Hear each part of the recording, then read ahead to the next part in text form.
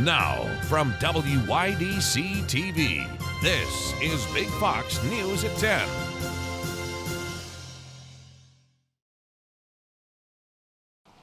Today, the Supreme Court of the United States expressly took away a constitutional right from the American people that it had already recognized.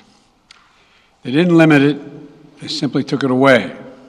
It's the most consequential Supreme Court decision in decades. Roe v. Wade is no longer the law of the land.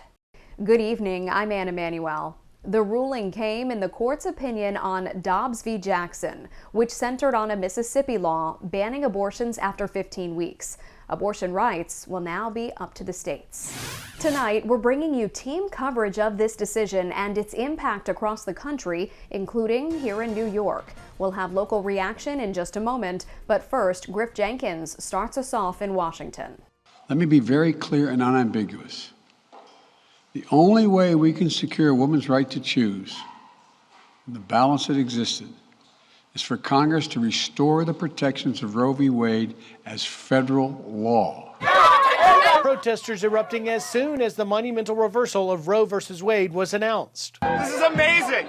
This is probably the best day of American history in my lifetime. This is incredible, and thank God for all the people who've been fighting for 50 years. Abortion rights activists on the steps of the Supreme Court denouncing a landmark ruling that hollows out 1973's Roe v. Wade decision that established a woman's right to an abortion in the United States. What the Supreme Court just did was that they chose to endanger the lives of all women. The High Court ruled a Mississippi law that forbids abortions after 15 weeks of pregnancy is constitutional. But this decision will reverberate nationwide, allowing all 50 states to decide whether and how much to regulate the procedure. This will go to the democratic process, and we will have these fights play out on the state level. Currently, 16 states and the District of Columbia protect abortion rights to some degree, and this ruling is not expected to change that. According to the abortion rights group, the Guttmacher Institute, about half the states may move to ban the procedure. There's no point in saying good morning, because it certainly is not one. This morning, the radical Supreme Court is eviscerating Americans' rights and endangering their health and safety. The ruling is nearly identical to the draft version leaked last month, written by Justice Samuel Alito, decided today 6-3. At the Supreme Court, Griff Jenkins, Fox News. Democrats rally voters to head to the polls after the Supreme Court overturns Roe v. Wade. Governor Kathy Hochul described the ruling as a dark day for women. She's blaming Republican extremism for the court's decision. Her remarks came ahead of a groundbreaking ceremony for a new visitor center at the Stonewall National Monument. This is repulsive at every level. To think that the Supreme Court says there is absolutely no constitutional right to an abortion, something that we've had in our state since 1970, for our nation since 1973, Roe v. Wade. So this is turning back the tides of time of progress. And people across the Twin Tiers are reacting to the Supreme Court's decision to overturn Roe v. Wade. We want to turn now to our Josh Feldberg, who has more on what people here are saying. Josh? Just about anywhere you went in Corning today, someone was talking about the Supreme Court's ruling that overturned Roe v. Wade. I'm very happy that New York State has it protected in New York's Constitution. Like I said, it's hard to feel happy about that, though, when I'm thinking about women all across the country. The Supreme Court ruling means each state will now decide what the laws on abortion will be in their state. Here in New York, state law now protects abortion, and lawmakers have proposed other protections, including an amendment to the state constitution. When Governor Cuomo signed that abortion bill and lit up the Freedom Tower pink, I went out the next day and donated and volunteered for a pro-life organization. There are people in Corning on both sides of the issue. It's been an issue that has been dividing people for almost 50 years. There were a lot of mixed emotions in Corning here today. Some people were too emotional to even be on camera. We asked several people what the Supreme Court's decision means to them and their community. So we will be rallying on Monday at 8 o'clock at night in Centerway Square. We'll have some speakers and just be together, and we can be angry together and hope to plow forward for the future. While those opposed to abortion here in the Empire State may be celebrating today's Supreme Court ruling, those in favor of abortion rights, who we talked to, vow to continue the fight. Josh Feldberg, Big Fox News, Corning. The Roe v. Wade decision wasn't the only landmark decision to come from the nation's highest court this week. In a 6-3 opinion, the justices ruling Americans have the right to carry firearms in public, overturning a New York state law that requires proper cause in order to obtain a concealed carry license. Kevin Cork has more on the mixed reactions pouring in, plus a look at how the decision could affect other states with some of the toughest gun laws. In the wake of several devastating mass shootings, the U.S. Supreme Court voting Thursday to increase gun rights, ruling Americans have the right to carry firearms in public to defend themselves. The High Court's decision highlighting an ongoing political divide, with all 6 conservative justices outnumbering the 3 liberal ones, to strike down a more than 100-year-old New York state law requiring people to prove they have a legitimate need to carry a gun in public for their self-defense. It'll even out what happens between states that have more strict rules against states that have more normal Second Amendment federal rules. Now, New York and 6 other states with similar laws, including California, Hawaii, Maryland, Massachusetts, New Jersey, and Rhode Island, must decide how best to proceed. You have no forewarning that someone can hide a weapon on them. With Democratic lawmakers in the Empire State aiming to define and bolster, quote, sensitive locations where people still will not be allowed to carry a concealed weapon. And while gun rights advocates praise the Supreme Court's decision, opponents warn more guns in public could pose serious threats. You might not have people trained to de-escalate a dangerous situation. Meanwhile, the Senate on Thursday approved a bipartisan gun violence bill, which, among several things, would strengthen background checks for gun buyers. The House is expected to take up the measure fairly soon. I'm Kevin Cork, Fox News. The January 6th committee unveiling new findings in a hearing Thursday on Capitol Hill. 3 former Trump Department of Justice officials described their interactions with the president in the days leading up to the Capitol riot. Each one described the pressure campaign to overturn the results of the 2020 election. Caroline Shively reports from Washington. Members of the committee praised the men for standing up to the president and refusing multiple requests to invalidate the 2020 election. I said, Mr. President, we resign immediately. Stunning new testimony from 3 Trump Department of Justice officials who described their conversations with the former president and his pressure campaign to overturn the results of the 2020 election. Former Acting Attorney General Jeffrey Rosen said the president spoke with him almost daily about election fraud allegations. That he thought the election had been stolen or was corrupt, and that there was widespread fraud. And I had told him that our reviews had not shown that to be the case. Thursday's hearing centered around former Justice Department official Jeffrey Clark, who supported the president's claims of widespread voter fraud. In an Oval Office meeting 3 days before the Capitol riot, Trump proposed replacing Rosen with Clark as acting attorney general. The DOJ officials threatened to resign immediately and said hundreds of other employees would follow. I'm not working 1 minute for this guy, who I had just declared was completely incompetent. On Wednesday, federal authorities searched Clark's Virginia home. There was loud banging at my door, insistent banging, so I just rushed down as fast as I could. I quickly figured out that there were agents there. Republican Congressman Mo Brooks, who's been subpoenaed by the committee, announced on Thursday he will speak to the panel, but only under certain conditions. In Washington, Caroline Shively, Fox News. Your complete weekend forecast is next. Plus this.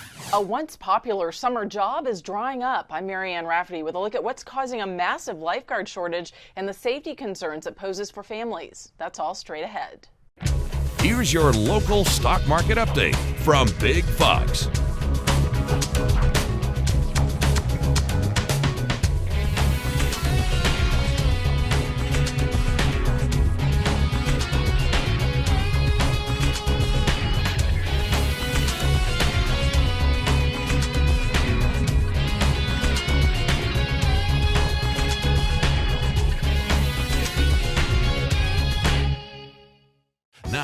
your Twin Tiers forecast from Big Fox.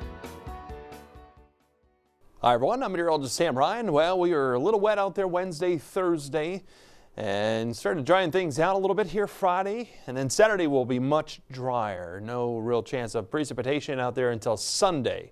Looking back at our temperatures, awfully warm here Tuesday, Wednesday, took a little dip, another 10-degree drop Thursday. It's been nice Friday. A lot of those puffy cumulus clouds out there, a chance a few showers were possible in the afternoon.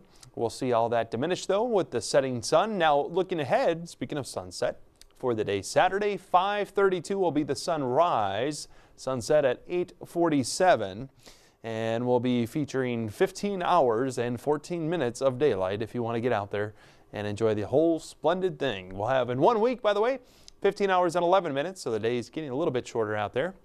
Heading out the door early on, a little bit of haze out there. Maybe some fog. I think it's going to be tough, but it's possible with high pressure overhead. 60 degrees at 3 a.m., 57 at 6 a.m. Morning low temperature around 59, average is 56. And then daytime highs back up close to 90 degrees in the afternoon. Another warm day. 82 is the average. Again, there's the sunrise and sunset times for you. So high pressure in charge in the short term. Not much happening here for Saturday other than, well, get to the golf course early on. Warm and dry through Sunday, but then Sunday late we'll have some thunderstorms arriving, and this is out ahead of a cold front that will eventually sweep by the area and will briefly cool down Monday, Tuesday. But we could have even some record highs or threaten some record highs by Sunday out ahead of that cold front. So Saturday's warm, Sunday's even warmer. Here's a look at the forecast. Again, not much to show you. A few bubbly greens down to the south.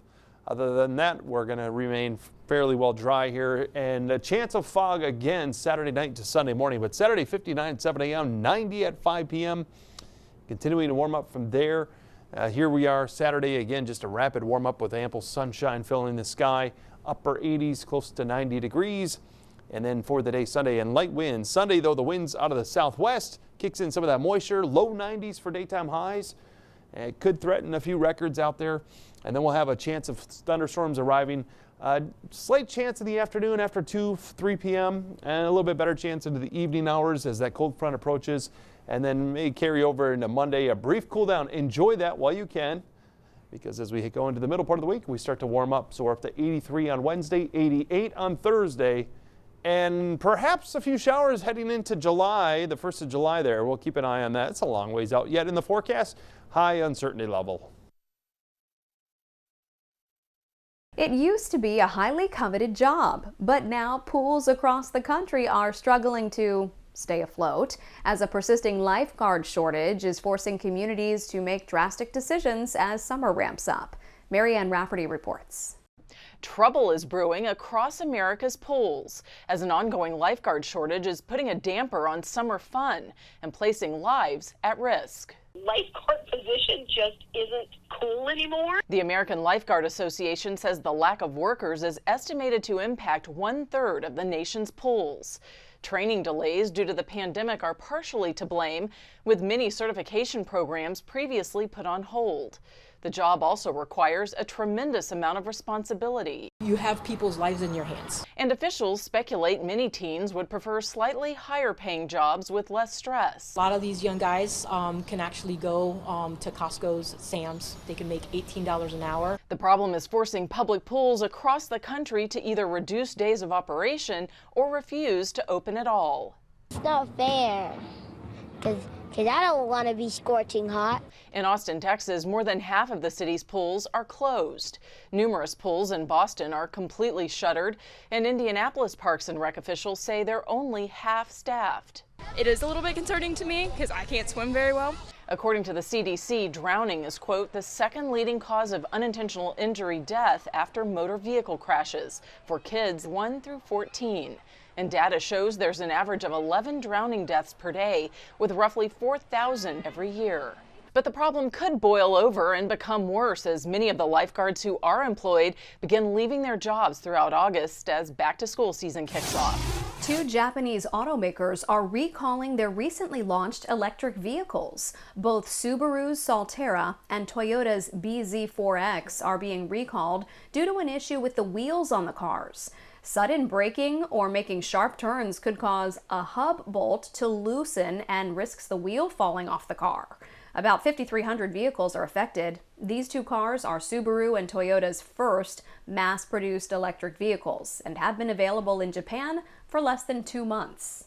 Still ahead, McDonald's tightening ownership rules. The nation's major banks are passing their stress tests, and Yelp closing offices as more workers stay remote. That and more still ahead. McDonald's is making major changes to its franchising system. The nation's major banks passed their stress test, and Yelp is closing offices as more workers remain remote. CJ Papa has more in today's Business Briefs. McDonald's is tightening ownership rules. Starting next year, the fast food giant will evaluate every potential new operator using the same approach, no longer giving preferential treatment to the children and spouses of current franchisees. The company also announcing franchisees will have to go through a more stringent review every 20 years to keep their restaurants. They will look at new factors like performance history and customer complaints. Currently, franchisees run 95% of the company's U.S. restaurants. The largest U.S. banks all cleared the Federal Reserve's annual stress tests. That means the banks have enough money in reserve and are resilient enough to weather a strong economic downturn. Among the 34 lenders passing the test, J.P. Morgan Chase, Bank of America, Wells Fargo, and Citigroup. And Yelp is closing offices in New York, Chicago, and Washington. The online review and reservation company says only about 2% of the workspaces are being used each week. Its internal surveys found 86% of its workers prefer to remain remote all or most of the time, while about the same percentage believe working remotely makes them more effective. Yelp will keep other offices open in San Francisco, London, Toronto, and other locations. The company told its 4,400 employees last year they can work from anywhere indefinitely. In New York, I'm CJ Papa. New home sales jumped in May. They were up 10.7% last month on an annual basis. The number is much stronger than forecast. This comes as the Federal Reserve moves aggressively to hike interest rates to tame inflation. Mortgage rates have risen sharply this year, with some loans now reaching the 6% level. Amazon making a massive investment in Seattle. The company says it will provide $23 million to create and preserve nearly 600 affordable homes in Seattle over the next few years. The investment is the first to come from the company's Housing Equity Fund. The money will help build or repurpose 568 apartments and homes for residents who make between 30% and 80% of the area's median income. Amazon, like other tech giants in the region, has been criticized for raising the cost of living in the area as it brings in highly paid, specialized workers. Juul Labs is asking a federal appeals court to temporarily block the government order to pull its e-cigarettes off the U.S. market. Retailers were told to remove the devices from shelves. On Thursday, the FDA ordered the ban, saying the company hadn't submitted sufficient evidence the devices are safe. The FDA admitted it wasn't aware of a hazard associated with the Juul devices. Juul's attorneys call the order extraordinary and unlawful. Cigarette maker Altria paid $13 billion in 2018 for a one-third stake in Juul. The Grand Canyon has reported at least 118 cases of norovirus in just the past 2 weeks. According to park officials, the cases have been cropping up among visitors to the Colorado River and backcountry campers. The symptoms are consistent with those of norovirus, which can be spread through infected people and contaminated food and water, or by touching contaminated surfaces. The park says it has confirmed a number of tourists on river trips tested positive for the virus, but it does appear the number of cases have started to level off. Stay with us. More news after the break. We want to leave you with a smile. A comic book unveiling Wonder Woman snags auction price at an auction. A near mint condition of All-Star Comics number 8 by DC Comics went under the auctioneer's gavel and hammered down with a $1.62 million winning bid in Dallas. Wow. The 1942 issue introduces Wonder Woman as Princess Diana and the Amazonian woman as lovely as Aphrodite and wise as Athena. The The issue is number 12 on Overstreet Comic Book Price Guide's list of top 100 Golden Age comics. From our whole team, thank you for joining us. I'm Ann Emanuel. We hope you have a great rest of your day.